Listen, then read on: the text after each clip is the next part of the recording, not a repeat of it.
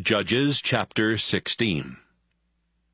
One day, while Samson was in Gaza, he saw a prostitute and went to her house to spend the night. The people who lived in Gaza found out he was there, and they decided to kill him at sunrise. So they went to the city gate and waited all night in the guardrooms on each side of the gate. But Samson got up in the middle of the night and went to the town gate. He pulled the gate doors and doorposts out of the wall and put them on his shoulders. Then he carried them all the way to the top of the hill that overlooks Hebron, where he set the doors down, still closed and locked. Some time later, Samson fell in love with a woman named Delilah, who lived in Sorek Valley. The Philistine rulers went to Delilah and said, "Trick Samson into telling you what makes him so strong, and what can make him weak. Then we can tie him up, so he can't get away. If you find out his secret, we will each give you 1,100 pieces of silver." The next time Samson was at Delilah's house, she asked, "Samson, what makes you so strong? How can I tie you up so you can't get away? Come on, you can tell me." Samson answered, "If someone ties me up with 7 new bowstrings that have never been dried, it will make me just as weak as anyone else." The Philistine rulers gave 7 new bowstrings to Delilah. They also told some of their soldiers to go to Delilah's house and hide in the room where Samson and Delilah were. If the bowstrings made Samson weak, they would be able to capture him. Delilah tied up Samson with the bowstrings and shouted, "Samson, the Philistines are attacking." Samson snapped the bowstrings as though they were pieces of scorched string. The Philistines had not found out why Samson was so strong. "You lied and made me look like a fool," Delilah said. "Now tell me, how can I really tie you up?" Samson answered, "Use some new ropes. If I'm tied up with ropes that have never been used, I'll be just as weak as anyone else." Delilah got new ropes and again had some Philistines hide in the room. Then she tied up Samson's arms and shouted, "Samson, the Philistines are attacking." Samson snapped the ropes as if they were threads. "You're still lying and making a fool of me," Delilah said. "Tell me how I can tie you up."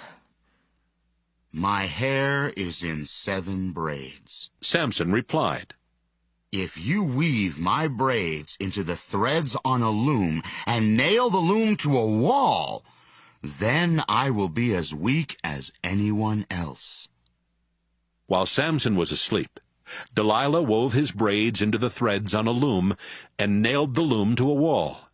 Then she shouted, "Samson, the Philistines are attacking." Samson woke up and pulled the loom free from its posts in the ground and from the nails in the wall. Then he pulled his hair free from the woven cloth. "Samson," Delilah said, "you claim to love me, but you don't mean it. You've made me look like a fool 3 times now, and you still haven't told me why you're so strong." Delilah started nagging and pestering him day after day until he couldn't stand it any longer. Finally, Samson told her the truth. "I have belonged to God ever since I was born, so my hair has never been cut. If it were ever cut off, my strength would leave me, and I would be as weak as anyone else." Delilah realized that he was telling the truth. So she sent someone to tell the Philistine rulers, "Come to my house one more time. Samson has finally told me the truth." The Philistine rulers went to Delilah's house, and they brought along the silver they had promised her. Delilah had lulled Samson to sleep, with his head resting in her lap. She signaled to one of the Philistine men as she began cutting off Samson's 7 braids. And by the time she was finished, Samson's strength was gone. Delilah tied him up and shouted, "Samson, the Philistines are attacking." Samson woke up and thought, I'll break loose and escape, just as I always do. He did not realize that the Lord had stopped helping him. The Philistines grabbed Samson and poked out his eyes. They took him to the prison in Gaza and chained him up. Then they put him to work, turning a millstone to grind grain. But they didn't cut his hair anymore, so it started growing back. The Philistine rulers threw a big party and sacrificed a lot of animals to their god Dagon. The rulers said, "Samson was our enemy, but our god Dagon helped us capture him." Everyone there was having a good time, and they shouted, "Bring out Samson! He's still good for a few more laughs."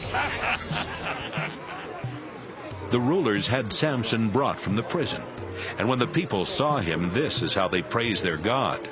"Samson ruined our crops and killed our people. He was our enemy, but our God helped us capture him." They made fun of Samson for a while. Then they told him to stand near the columns that supported the roof.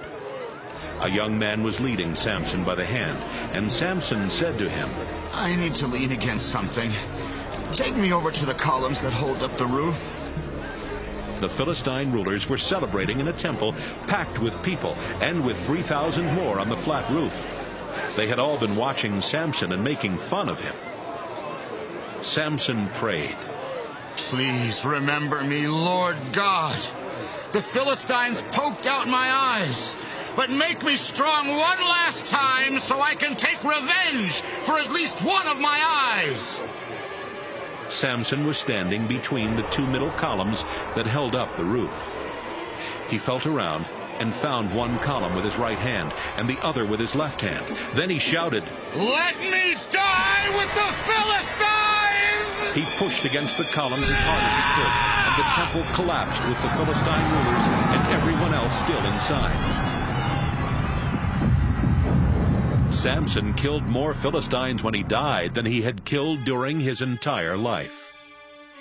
His brothers and the rest of his family went to Gaza and took his body back home.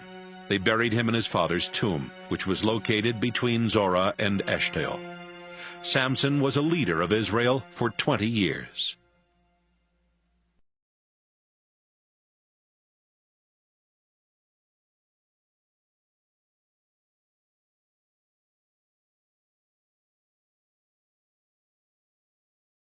Judges chapter 16.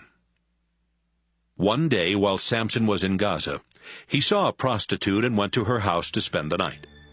The people who lived in Gaza found out he was there, and they decided to kill him at sunrise. So they went to the city gate and waited all night in the guard rooms on each side of the gate. But Samson got up in the middle of the night and went to the town gate. He pulled the gate doors and doorposts out of the wall and put them on his shoulders. Then he carried them all the way to the top of the hill that overlooks Hebron, where he set the doors down, still closed and locked. Some time later, Samson fell in love with a woman named Delilah, who lived in Sorek Valley. The Philistine